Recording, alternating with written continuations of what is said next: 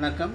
இன்றைய தினம் வவுனியா மாவட்ட செயலகத்திலே மாவட்ட அபிவிருத்தி குழு தலைவரும் பிரதி அமைச்சருமான உப்பாலி சமரசிங்க தலைமையிலே நெடுங்கேணி பிரதேசத்தில் அமைந்திருக்கின்ற வெடுக்குநாரிமலை ஆதி லிங்கேஸ்வரர் ஆலயத்தினுடைய பொங்கல் விழா தொடர்பான கலந்துரையாடல் இடம்பெற்றது.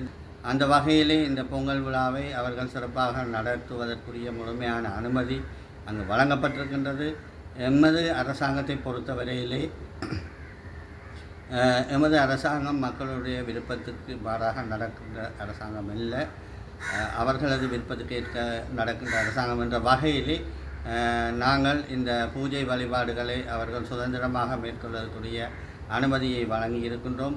கடந்த காலங்களிலே இந்த ஆலயத்திலே பூஜை வழிபாடுகளில் அரசியல் நோக்கங்களுக்காக பல்வேறு தலையீடுகள் ஏற்படுத்தப்பட்டதன் விளைவாக பக்தர்கள் தங்களுடைய நேர்த்திக்கடன்களை அதேபோல் பூஜைகளை செய்வதற்கு பல்வேறுபட்ட இடர்பாடுகளை எதிர்கொண்டிருந்தார்கள். அவற்றை முழுமையாக நீக்கி அவர்களுக்குரிய சுதந்திரத்தை நாங்கள் இன்றைய தினம் அந்த கலந்துரையாடலை வழங்கப்பட்டிருக்கின்றது.